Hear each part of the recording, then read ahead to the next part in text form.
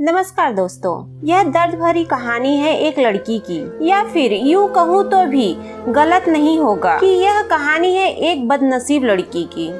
वैसे इस दुनिया में लड़की होना ही जीवन को काफी कठिन बना देता है, और जब आप दिखने में अच्छे ना हो, पढ़ाई लिखाई में भी अच्छे ना हो, तब सोचिए कठिनाई का लेवल क्या होता होगा। संध्या बचपन से ही पढ़ाई लिखाई में कमजोर थी। रंग उसका सांवला था, नाक नक्श भी काफी लड़कियों के तुलना में इतना खास नहीं था। ऊपर से भगवान ने दांतों की बनावट भी टेढ़ी मेढ़ी दे दी थी। जब संध्या छोटी थी तो बचपन में स्कूल के बच्चे चिढ़ाया करते थे। बड़ी हुई तो गली मोहल्ले के लोग उसे देखकर मुंह फेर लिया करते थे। कोई भी उसका दोस्त बनने के लिए तैयार नहीं था। उसके रिश्तेदार भी कुछ खास उसे भाव नहीं दिया करते थे। बस एक उसकी माँ ही थी जिसे उसके सूरज से कोई फर्क नहीं पड़ता था। माँ संध्या से और संध्या माँ से बेहद प्यार करते थे। दुनिया भर की आलोचनाओं को सहने की शक्ति थी माँ संध्या के लिए। जब उसे कोई डफर बोल देता या जब कोई उसे बदसूरत बोल देता, जब संध्या को शादी के लिए देखने आए लोग उसे बिना पसंद किए लौट जाते थे, यहाँ तक कि जब खुद के पापा ही उसे मनहूस बोल देते, तब माँ ही तो थी जो उसे समझाती कि लोगों के बोलने से क्या होता है, तू तो मेरी प्यारी बेटी है। भगवान के इतने सारे अन्यायों के बावजूद संध्या जीना सीख गई थी। वह खुश रहना सीख गई थी। जो भी गिने चुने लोग उससे बातें करते थे, उन्हें चुटकुले सुनाकर हंसाया करती और खुद भी ठहाके लगाकर हंसती थी। इसके अलावा एक और बहुत बड़ी खूबी थी संध्या की, उसे खाना बनाने में बहुत मजा आता था। और ना सिर्फ खाना बनाने में मजा आता था, उसका बनाया खाना खाकर लोगों को जो स्वाद आता था वह उनको तृप्त कर जाता था। और यह उसमें अपने आप तो नहीं आया था। दुनिया के ठुकराए जाने के बाद उसने अपना सारा समय खाने की रेसिपी की किताबें, रेडियो शो और टीवी चैनल को समर्पित कर दिए थे।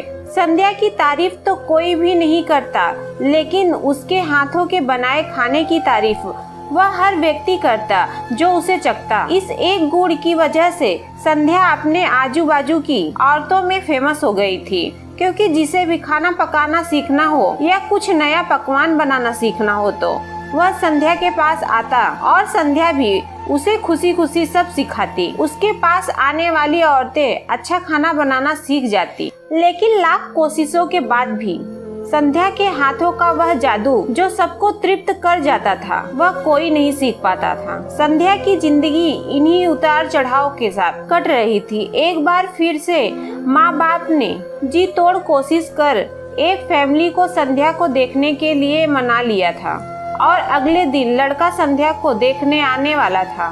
संध्या को इस बात की खबर होने पर वह दुखी और गुस्सा हो गई थी कि बिना उससे पूछे पता नहीं क्यों माँ बाप लड़कों को बुला लेते हैं और उसका मजाक बना देते हैं। माँ ने संध्या को समझाया था कि ऐसा ही होता है, कोई भी बेटी अपने माँ बाप के यहाँ हमेशा नहीं रहती, उसे एक दिन शादी करके जाना ही पड़ता है। अगले दिन संध्या सुबह सुबह ही लड़के वालों के आने से पहले ही सज संवर कर कहीं निकल गई थी। उस दिन लड़के वाले घर आकर माँ बाप को बहुत खरी खोटी सुनाकर गए थे। वैसे भी पापा को संध्या पर हमेशा ही गुस्सा रहता था, लेकिन उसकी इस हरकत ने उनको गुस्से से पागल कर दिया था। उस दिन पापा ने संध्या का सारा गुस्सा माँ पर उतार दिया था, यह कहकर कि एक मनहूस बेटी को जन्म देकर तुम्हारा मन नहीं भरा था, इसलिए उसको लाड प्यार देकर सर पर बिठा लिया है। हमेशा अपनी बेटी के बारे में गलत बोलने वालों से नाराज रहने वाली माँ आज खुद संध्या से नाराज हो गई थी, और वह अब संध्या के घर वापस आने की बेसब्री से राह देख रही थी ताकि अपना गुस्सा उस पर उतार सके। सूरज ढलने से पहले संध्या घर लौट आई थी। उसके चेहरे पर एक अजीब सी खुशी थी। हाथों में एक चेक था और एक सर्टिफिकेट भी था।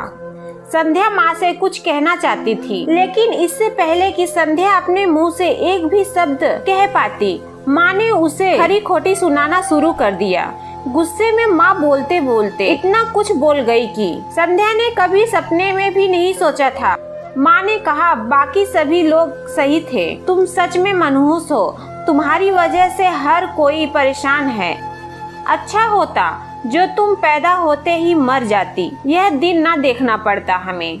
गुस्से में बड़बड़ाती और सब्जियां काट रही माँ ने एक बार भी संध्या की तरफ नहीं देखा। संध्या माँ की बातें किसी पत्थर की मूरत की तरह सुन रही थी। पत्थर की एक ऐसी मूरत जिसके शरीर में तो जान ना हो, लेकिन आंखों से आंसुओं की धारा बह रही हो। संध्या ने माँ से पूछा, माँ क्या सच में तुम भी चाहती हो कि मैं मर जाऊं? क्या इतनी बुरी हूँ मैं माँ? अभी भी गुस्सा सर पर सवार होने की वजह से माँ ने कह दिया हाँ। बिना एक पल भी सोचे संध्या सीधा अपने कमरे में जाकर कमरा अंदर से बंद कर लिया था। 1-2 मिनट बाद गुस्सा थोड़ा शांत होने पर माँ को अपनी गलती का एहसास हुआ तो संध्या के रूम की तरफ गई। उन्हें पता चला कि संध्या रूम को अंदर से बंद कर लिया है। गुस्से में कुछ कर न ले, इसलिए तुरंत पापा को इस बात की खबर दे दी। दोनों ने काफी दरवाजे खोलने की कोशिश की, लेकिन जब नाकामयाब रहे तो दरवाजा तोड़ दिया। अपने स्कार्फ से फांसी का फंदा तैयार कर संध्या पंखे से लटक रही थी। ज्यादा वक्त नहीं हुआ था, वह सिर्फ बेहोश हुई थी। माँ पापा ने तुरंत उसे पंखे से अलग किया और बेड पर लेटाया। पापा ने तुरंत डॉक्टर को फोन किया। तब माँ का ध्यान बेहोश पड़ी संध्या के हाथ में पकड़ी गई चिट्ठी और पास में ही पड़े 5 लाख के चेक और 5 स्टार होटल में शेफ की नौकरी के लिए कंफर्मेशन लेटर पर पड़ी जो संध्या अपने साथ लाई थी। माँ और पापा ने वह चिट्ठी खोलकर पढ़ी जो उसने अभी अभी लिखी थी। चिट्ठी कुछ इस प्रकार थी, मम्मी और पापा, मैं जानती हूँ मेरे जन्म से लेकर आज के दिन तक मैंने ऐसा कुछ भी नहीं किया है जिस पर आप गर्व कर सके, लेकिन मैं आपको बताना चाहती थी कि आज मैं खाना पकाने के नेशनल लेवल कंपटीशन को जीत चुकी हूँ और यह 5 लाख का चेक मुझे प्रथम स्थान पर आने के लिए मिला था। जजेस को मेरा खाना इतना पसंद आया था कि उन्होंने मुझे एक बहुत बड़े होटल में बतौर मास्टर शेफ की नौकरी के कंफर्मेशन लेटर ही दे दिया था। पूरी दुनिया मेरे खिलाफ है, मुझे इस बात का कभी कोई फर्क नहीं पड़ा और ना ही बाबूजी की कड़वी बातें मैंने अपने दिल पर ली थी, क्योंकि मैं जानती थी बाहर से सख्त दिखते मेरे बाबूजी अंदर से तो मुझे प्यार ही करते थे। प्यार ना करते तो बिना मांगे मुझे कपड़े, मिठाइयाँ, पटाखे ये सब ना ला कर देते। माँ के प्यार को कोई क्या बयां कर सकेगा। मेरी माँ मेरे लिए तो मेरी सारी दुनिया थी।